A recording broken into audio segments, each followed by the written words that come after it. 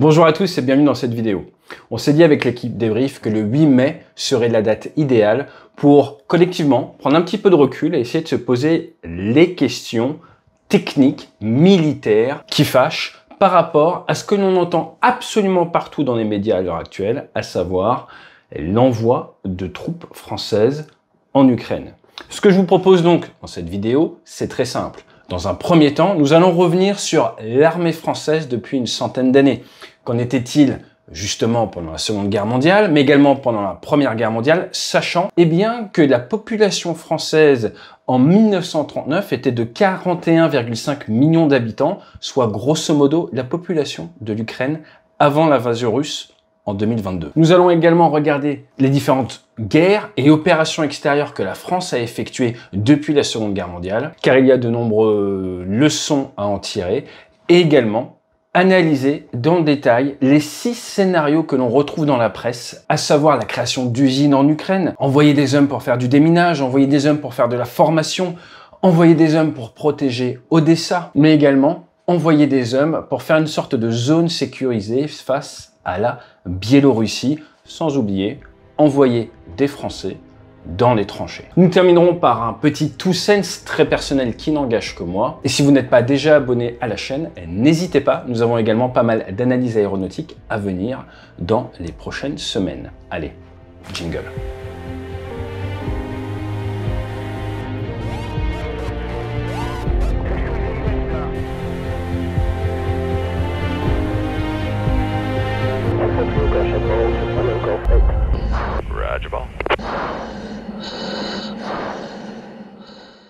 Le 8 mai 45 pour les Américains, c'est Victory in Europe. Pourquoi? Eh bien parce que pour eux, ça se termine le 2 septembre en 1945 avec la Victory over Japan. Et oui, il y a le théâtre européen, également le théâtre japonais. La Seconde Guerre mondiale se termine avec plus de 50 millions de victimes, ce qui est plus que la population française au début de la guerre. Et je voudrais que nous nous attardions quelques instants sur le volume de l'armée française lors de cette Seconde Guerre mondiale. Pour la petite histoire, nous avions 100 000 Français de moins en 1939 qu'en 1913, une guerre mondiale étant passée par là. Toujours est-il, l'armée française mobilise 5 millions d'hommes en 1939. J'ai bien dit 5 millions sur une population de 41,5 millions. Et ces 5 millions d'hommes vont être commandés par 120 000 officiers. À l'heure actuelle, l'armée de terre, c'est environ 120 000 hommes et femmes, militaires, sous-officiers, officiers. Juste avant la mobilisation générale, l'armée de terre, c'est quand même 882 000 hommes, dont 686 déployés sur le territoire national. Vous avez 686 bataillons, vous avez même 368 escadrons de cavalerie, le tout rangé dans 89 régiments. C'est absolument monstrueux. Vous avez 855 batteries d'artillerie, sachant qu'une batterie d'artillerie à l'époque, c'était 4 pièces. Et niveau aéronautique, vous avez 26 escadrilles et 10 dirigeables. Bref, vous voyez, c'était une gigantesque armée. Et cette gigantesque armée a fait x6 lors de la mobilisation. Si on regarde les chiffres de la Première Guerre mondiale, en tout, pour une population de 41,6 millions d'habitants avant l'entrée en guerre, vous avez 8,4 millions de Français qui ont fini soldats ou marins pendant la Première Guerre mondiale. Et en août 1914, 3,8 millions d'hommes sous les drapeaux. Pourquoi je vous dis tout ça? Eh bien tout simplement pour nous amener à prendre un petit peu de recul également sur les mobilisations que l'on voit en Ukraine. Ukraine où actuellement on nous laisse à penser qu'il y a environ 1 million d'hommes qui servent dans l'armée et qui après plus de 2 ans vient de décréter une nouvelle mobilisation pour 500 000 hommes. Nous reviendrons sur cette mobilisation au compte-gouttes. Nous voyons que c'est absolument pas ce qui a été fait, par exemple par la France, lors des guerres mondiales. Alors depuis la Seconde Guerre mondiale, l'armée française a été énormément projetée, énormément employée. Pour mémoire, guerre d'Indochine, 1946-1954, 20 685 Français ont perdu la vie. La guerre d'Indochine a derrière donné la guerre du Vietnam, qui a duré jusqu'en 1975, rappelez-vous l'évacuation de Saigon, et qui a coûté la vie à plus de 58 000 Américains. En parallèle de l'Indochine, vous avez également la guerre de Corée, qui date de 1950 à 1953 avec les Nations Unies, et la France y envoie 3421 combattants. Plus de 300 ne reviendront pas. Je vous rappelle que la guerre de Corée n'est toujours pas officiellement terminée. En parallèle de tout ça, la guerre d'Algérie, 1954 1962, 470 000 militaires français au plus fort des événements.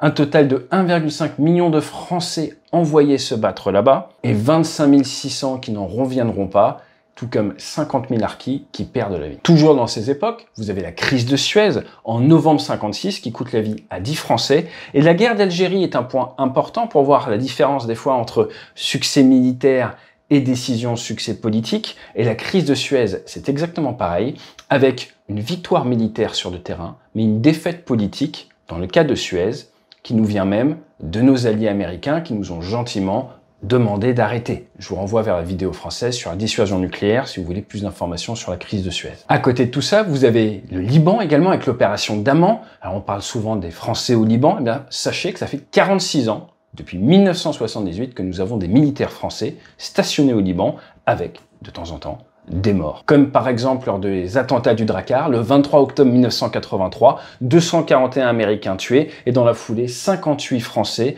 plus 6 Libanais qui se font tuer dans des attentats dont les réponses, eh bien bon, on les évoquera peut-être sur une autre vidéo, mais voilà, n'ont pas défrayé la chronique. Donc au Liban, nous avons environ 700 hommes en permanence. Nous avons également les guerres de Yougoslavie avec 56 décès dans la Fort Pronu, 28 lors de l'opération Salamandre, 22 l'opération Trident, 3 dans l'EUFOR Astrée, 3 dans la CAFOR, mais également des observateurs des Nations Unies et plus récemment, eh bien, l'Afghanistan de 2001 jusqu'en 2014 avec une décision de retrait qui datait de 2012 avec au maximum en 2009-2010 près de 4000 militaires français qui étaient présents en Afghan. Forcément l'Irak en 90, 91, mais également l'Irak avec Chamal depuis 2014 avec quelques victimes également malheureusement dont certaines l'été dernier. Et n'oublions pas forcément le Mali, le Sahel, 58 militaires français y sont décédés entre 2013 et 2022. Et je vous rappelle comment ça s'est terminé, à savoir nous avons été remerciés et nous avons dû quitter le territoire avec nos forces armées remplacées par notamment Wagner et la sphère d'influence russe. Maintenant, durant la plupart de la période qu'on vient de citer, il ne faut pas oublier que c'était la guerre froide. Une guerre froide avec l'Occident d'un côté, les soviétiques de l'autre. Et à quelle distance de vol est-ce que les forces françaises se trouvaient de cet ennemi soviétique? Eh bien, si vous regardez les bases que l'on avait dans l'est de la France, où il y avait une énorme densité de bases de l'armée de terre et de l'armée de l'air, la marine un peu moins forcément, eh bien, vous étiez environ à 10 minutes de vol de l'adversaire, 10 minutes de vol de la présence soviétique. Et si on regarde de l'autre côté du monde, depuis des décennies, les Russes sont à seulement quelques minutes de vol des Américains avec le détroit de Bering, 83 km en Alaska. Tout ça pour dire qu'il y a de la vie même avec un adversaire nucléairement doté à quelques minutes de vol de vos installations. Mais qu'il y a de la vie si vous avez assez de base pour dissuader. Donc en définitive, en regardant un petit peu ces dernières années, on se rend compte que l'armée française, professionnalisée depuis les années 90, est une armée qui est très efficace pour des opérations coup de poing. Après des années de lutte asymétrique, notre armée est donc très efficace pour avoir des forces spéciales, de la couverture aérienne, de la protection. Alors, on l'a vu par exemple avec la Libye, nous savons mettre des avions au-dessus d'une zone, nous savons faire des raids comme avec le raid Hamilton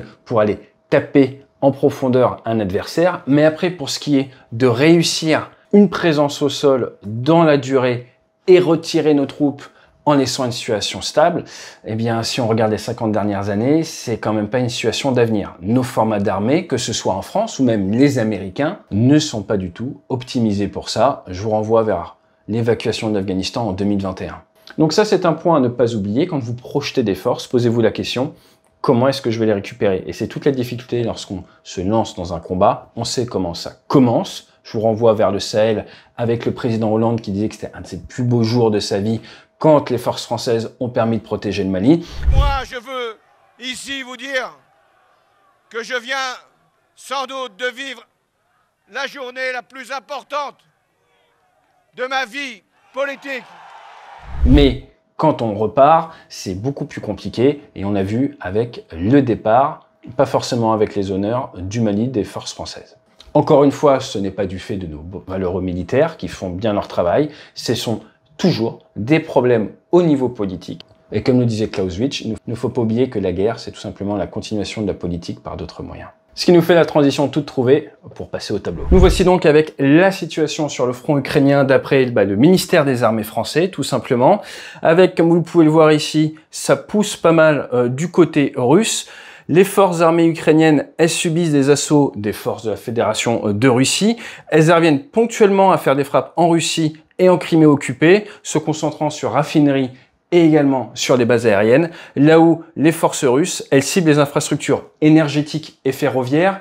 C'est logique si vous voulez gêner la production et le ravitaillement, la logistique, et les structures de commandement des forces armées ukrainiennes. Le port d'Odessa, il fait également, ici, Odessa, l'objet de frappes répétées. Voilà pour la vision macro. En ce début mai 2024, on attaque les différents scénarios. Alors, scénario numéro 1, celui de la création d'usines. La création d'usines, dans toute logique, vous voudriez faire ça du côté ouest de l'Ukraine afin de pouvoir protéger avec un bouclier qui viendrait de Pologne. Maintenant, si on commence à créer des usines en Ukraine et qu'on envoie des civils là-bas, il faut penser à la protection de ces usines avec des systèmes solaires.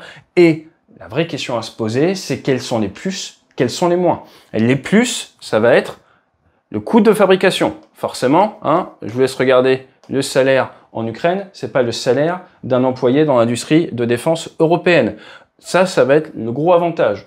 Ensuite, ils vont vous dire le côté logistique. Mais le plus dur d'un point de vue logistique, c'est pas vraiment d'amener les choses à la frontière ici, c'est quand même les derniers kilomètres, surtout avec des Russes qui viennent taper le nœud ferroviaire. Donc la logistique, c'est un argument qui va être mis en avant. Personnellement, je pense pas que ça soit le plus important. Pourquoi? Parce que en face, vous avez le risque de frappe, quand même, si vous prenez un missile sur votre usine, c'est moyen. Le deuxième point, c'est le côté sécuritaire. Sécuritaire de quoi? Sécuritaire tout simplement de vos technologies, de comment est-ce que vous fabriquez cet armement. Là, vous allez former du personnel ukrainien, alors que vous pourriez former du personnel de votre pays, ce qui vous permettrait en plus d'avoir une meilleure capacité d'accroissement de production nationale, là où on a clairement besoin en ce moment. Pourquoi aller faire ça? C'est purement politique et c'est sûrement lié également à des histoires de coûts. À voir qu'on ne se tire pas une balle dans la jambe avec ces histoires-là. Pour ce qui est du risque d'escalade en faisant des usines là-bas, il est, faut être franc, quasi nul. C'est plus un risque de perte, de fuite technologique et de fuite d'industrialisation qu'autre chose. On a eu les agriculteurs polonais qui étaient pas contents, on aura peut-être l'industrie de défense européenne qui sera pas contente à terme. Je ne me projette pas là-dessus. Point numéro 2, c'est le déminage. Il y a de nombreuses zones où il peut y avoir du déminage à faire, mais par déminage, comprendre également quand un missile tombe et n'explose pas, il faut le déminer. Vous pouvez donc faire du déminage à Kiev, faire du déminage dans l'arrière du pays sans aucun souci. Ce sont des choses que la France fait régulièrement dans de nombreux pays. Ça s'est fait beaucoup en Afrique également. À partir de là, vous prenez le risque d'avoir des pertes de Français contre lesquels vous ne pourrez pas faire grand-chose. C'est comme si demain il y a une visite d'une délégation et qu'ils se prennent un obus sur la figure. Si j'ai envie de vous dire, ça va rien faire au niveau du combat. Pareil pour ce qui est des usines, ça ne va pas créer d'emballement ou de Troisième Guerre mondiale à cause de ça. Ça va juste faire des morts parce qu'on a décidé, des morts français parce qu'on a décidé d'aider les Ukrainiens, les civils ukrainiens face à ce déminage. Donc là, on est dans ce que l'armée française sait faire, a déjà fait, c'est pourquoi on a déjà payé des tributs en termes de vie humaine. J'ai envie de vous dire, c'est dans le contexte et le cadre d'emploi des militaires français. Point numéro 3, c'est la formation. La formation, pareil, sont des choses que les armées occidentales font un petit peu partout sur Terre. Faire de la formation en Ukraine, on en revient à la même question que les usines. Quel avantage? La formation, les Français ont formé plus de 10 000 militaires ukrainiens, après les sources ouvertes, ça se fait en France, ça se fait en Pologne, ça pourrait très bien continuer à se faire en Pologne. Pourquoi mettre des Français pour faire de la formation en Ukraine? Le seul avantage serait pour réduire les temps. On vous dira, ça prend beaucoup de temps d'envoyer les Ukrainiens et qu'ils reviennent. Moi, je pense personnellement que le temps que vous perdez à faire cet aller-retour est largement rentabilisé par l'absence de risque que vous faites courir à vos formateurs. Parce que si vous avez des formateurs qui se font toucher, je vous rappelle qu'au début du conflit, il y avait eu des frappes sur la Légion des civils étrangers, des volontaires étrangers. Donc si vous avez des militaires français qui meurent lors de ces formations, pareil, ça ne va pas nous projeter dans la Troisième Guerre mondiale, ça va juste nous faire des morts en plus, ça va jouer sur l'opinion publique, ça risque au final de se retourner plus contre l'Ukraine qu'autre chose, parce que les gens vont se dire pourquoi est-ce qu'on a des militaires français qui font de la formation, je sais pas, à Vinica, qui meurent alors qu'ils pourraient faire leur formation à 500 bornes en Pologne, et là ils seraient protégés par l'OTAN, et quand je dis protégés par l'OTAN, c'est par nos textes, si les Russes attaquent volontairement la Pologne, on est en guerre contre eux. Et c'est pas du tout dans l'intérêt des Russes, ils le savent. Donc pourquoi pas délocaliser ces formations pour augmenter la sécurité de notre personnel? C'est une grande question. Et donc le coût de la formation, on fait prendre des risques à nos militaires pour rendre un petit service aux Ukrainiens. Personnellement, je trouve que on serait mieux de continuer à faire ça en Pologne, ça évite les risques d'escalade, et si les Ukrainiens n'ont pas envie d'envoyer leurs hommes à l'extérieur, je sais pas, ce serait intéressant de voir si c'est parce qu'ils ont peur qu'ils ne reviennent pas. Ça, je n'ai pas la solution, et je n'ai pas de statistiques là-dessus, ça serait intéressant de le voir, mais si ce n'est pas le cas, dans ce cas-là, allez, un petit coup de bus, et puis c'est mieux pour tout le monde, ça évite une escalade éventuelle, sans apporter une valeur énorme supplémentaire, faut être franc. Maintenant, s'il s'agit de formation au plus près de la ligne de front, eh ben, la formation égale en fait conseiller militaire spécial, c'est un petit peu différent et c'est tordre un petit peu les mots, mais ça serait déjà vu par le passé. Quatrième point, c'est la protection de la ville d'Odessa. Alors Odessa, c'est très particulier, c'est vraiment la porte sur la mer pour les Ukrainiens. Point important, c'est que juste ici, par là, on a une grosse base de l'OTAN avec des avions français si besoin, et ici on a même nos systèmes solaires. Qu'est-ce que ça veut dire? Ça veut dire qu'en fait, si on doit projeter pour du combat ou pour vraiment de l'intensité des hommes français, il faut pouvoir les protéger. Et donc avec là, on a une base aérienne qui va pouvoir faire de l'appui. Le problématique, c'est quoi? C'est si vous commencez à mélanger troupes au sol et appui qui nous viennent d'un autre pays, on va rapidement se retrouver dans un conflit assez ouvert. Il faut également l'autorisation de la Roumanie pour pouvoir utiliser cet échelon aérien, et ça peut vite dégénérer. Donc vouloir mettre des troupes au sol à Odessa, ça voudrait dire qu'il faut, si on veut utiliser normalement, ou dans leur domaine d'excellence, de l'appui aérien. D'où viendrait cet appui aérien? Probablement en Roumanie, et ça devient vite très compliqué, car vous l'aurez compris, ça engendre pas mal de choses. La problématique alors c'est quoi? C'est si on va envoyer juste des hommes à Odessa pour envoyer des hommes à Odessa, on va pas pouvoir déployer grand chose.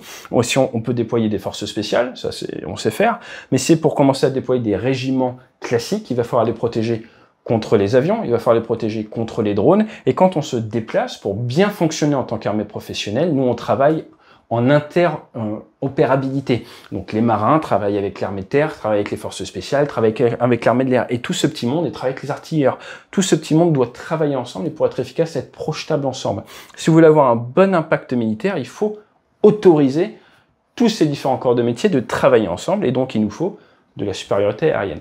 Cette supériorité aérienne, elle viendra donc forcément d'un pays de l'OTAN. Maintenant, il est possible de faire du franco-français, faire partir de France des avions qui viendraient aider ou appuyer Odessa et rentrer. Coût monstrueux, capacité à tenir dans la durée moyenne, prise de risque pour le territoire national, assez forte. Donc en fait, on se rend vite compte que c'est beaucoup plus compliqué que ce que l'on veut bien le faire croire. Si vous voulez vraiment donner une chance à vos militaires d'avoir l'impact militaire pour lequel ils sont entraînés, il va falloir donner des moyens, et vite ça devient compliqué car il n'y a pas de territoire français ici, c'est le territoire des alliés, et il va falloir commencer à négocier. Et si vous voulez passer même avec vos avions, il faut peut-être traverser d'autres espaces aériens, et certains pays peuvent dire non, tu ne passeras pas au-dessus de mon espace aérien pour venir protéger Odessa. Donc d'un point de vue politique, en fait, c'est extrêmement compliqué, et d'un point de vue logistique également. L'autre point qu'on entend souvent, c'est celui de Green Zone. Donc on nous dit par exemple, alors là il y a beaucoup de militaires qui doivent faire face à la Biélorussie, beaucoup de militaires ukrainiens, on pourrait prendre ces militaires-là,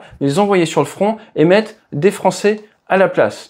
Alors, en gros, pour faire simple, pendant la Seconde Guerre mondiale, il fallait une division pour tenir 10, allez, 15 km de front. En France, on peut déployer 20 000 hommes. Donc, allez, on va être sympa, on va dire vous pouvez tenir avec ça, bien professionnellement, 50, peut-être grand max 100 km de front, et je suis gentil. Donc là, vous allez me dire, oui, mais pas besoin de tenir à front, il faut juste montrer qu'il y a du monde. Très bien. Donc on envoie les Ukrainiens qui vont là-bas. Peut-être été mieux de mobiliser des Ukrainiens plus tôt, plutôt que, voilà, enfin bref, on va en reparler. Et du coup, qu'est-ce qui se passe? Donc, on se retrouve avec une ligne de front, où, si on écoute certains plateaux, on n'a plus que des Français.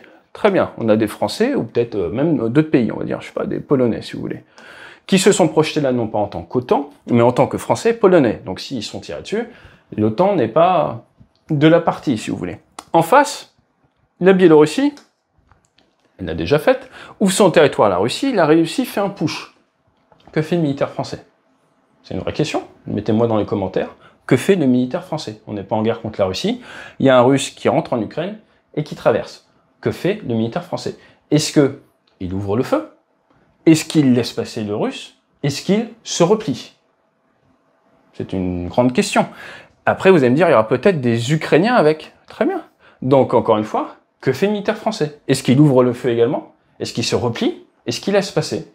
C'est une vraie question qu'il faudra définir au niveau des règles d'engagement. Et si vous me dites, ah bah oui, mais si le Russe tire sur le Français est en légitime défense. Oui.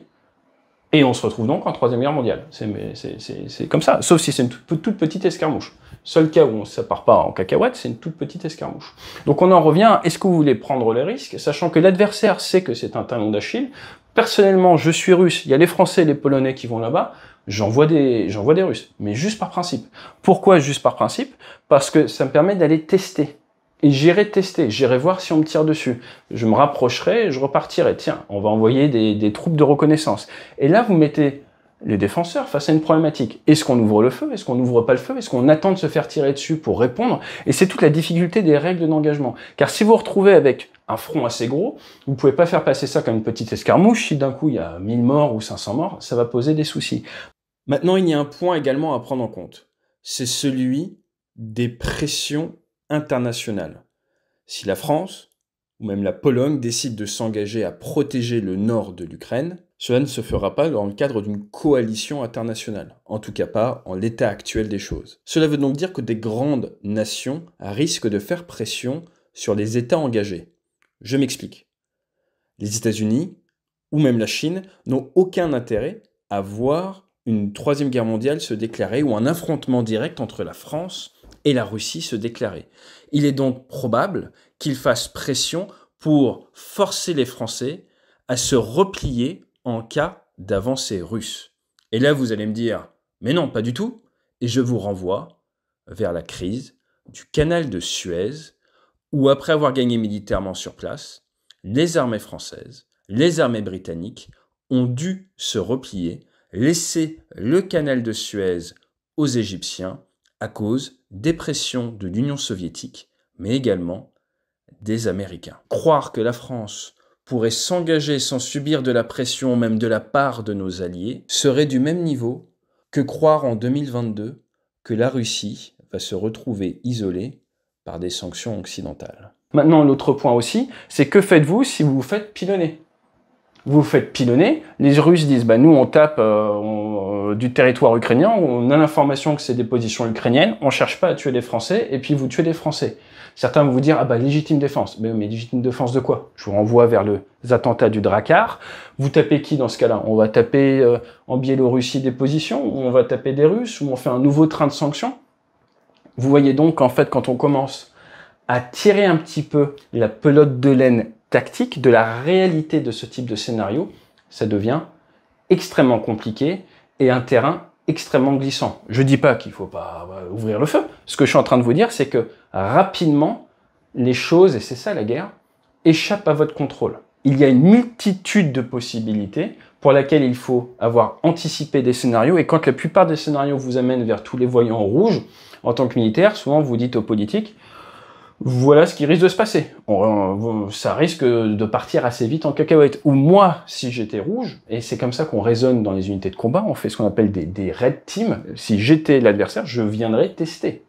Bien sûr que je viendrais tester. Donc peut-être qu'il faut laisser des Ukrainiens. Mais si les Ukrainiens ouvrent le feu, nous, qu'est-ce qu'on fait? Les Russes vont tirer sur les Ukrainiens. On va avoir des morts. Donc dans ce cas-là, juste par leur pure présence, on va avoir quelques morts français qui n'ont rien demandé et on ne va pas répliquer. Vous voyez toute la problématique, encore une fois en démocratie, face à l'opinion publique, expliquer qu'on a mis des hommes qui se sont fait tuer et qui sont là juste pour se faire tuer. Être au milieu, les fameuses forces d'interposition. Le dernier point, c'est celui de la guerre des tranchées, c'est envoyer des Français directement au combat, au front, et là, c'est assez simple, on en parle depuis longtemps, il y a des rapports parlementaires dessus, on va rapidement manquer de munitions et de personnel, et si malheureusement l'attrition a lieu, on va se retrouver également en manque de formateurs pour former la relève de notre armée qui à l'heure actuelle a déjà du mal à atteindre ses quotas de recrutement pour ce qui est de l'armée de terre et essaye même de créer de nouveaux types de contrats pour essayer de fidéliser des gens pour la grosse mission où nous allons déployer du monde dans les tranchées, c'est cet été, c'est les JO. JO qui ces derniers jours ont été sous le feu des projecteurs et pas pour les bonnes raisons. À cause, et je pèse mes mots, du canard enchaîné qui a parlé d'informations qui ne devraient probablement pas arriver sur la place publique, autour de nos capacités de défense face aux drones, qui ont l'air bien, mais pas top. Sujet que nous éviterons de traiter sur cette chaîne avant les JO, car j'estime qu'il y a certains sujets qu'il faut savoir taire pour le bien de nos concitoyens. Après cette petite parenthèse sur les Jeux Olympiques, alors que le président chinois est actuellement en France au moment où je tourne cette vidéo, eh bien on va finir avec Sun Tzu, à qui on fait souvent dire tout et n'importe quoi, mais là c'est intéressant. L'art de la guerre, c'est soumettre l'ennemi sans combat. Et s'il y a une chose que l'histoire nous a montré, c'est que mobiliser vos hommes au compte-gouttes, ce n'est clairement pas ce qui est le plus efficace pour gagner au combat. Je vous dis à très bientôt sur la chaîne et fly safe.